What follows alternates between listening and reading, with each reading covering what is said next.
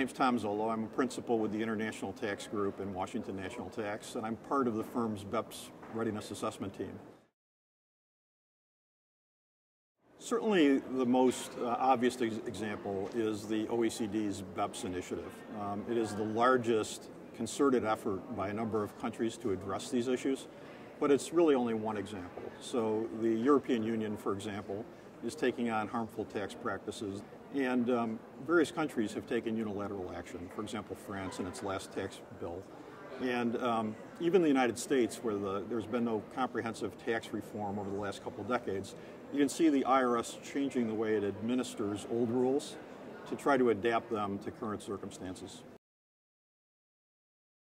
They present real challenges in the sense that many of the principles that companies rely on in having a tax-efficient structure depend upon the certainty given by current rules. So, for example, tax concessions that are given by certain countries that are used as principal companies.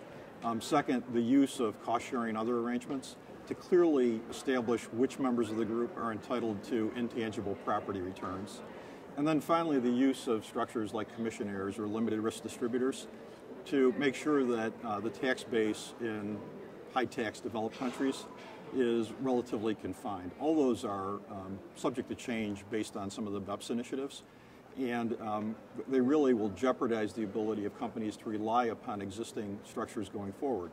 Now, the opportunity, of course, is that everybody's going to have to adapt to the new rules, and so the companies that get on top of these changes and understand how to optimize their position within the context of the new rules will end up being the winners. So there are three things that executives ought to consider off the top. First, we're going to have country-by-country reporting, which means that tax administrations will be able to assess a company's tax footprint against its commercial footprint, meaning where it has employees and assets. And tax directors should know whether they're going to be subject to increased scrutiny if those two footprints don't match up. Secondly, companies should look at how they hold their intangible property and make sure that they have enough substance in the owners of the intangible property so that they will be respected going forward as owners. That means not only funding IP development, but also controlling it through the actions of employees.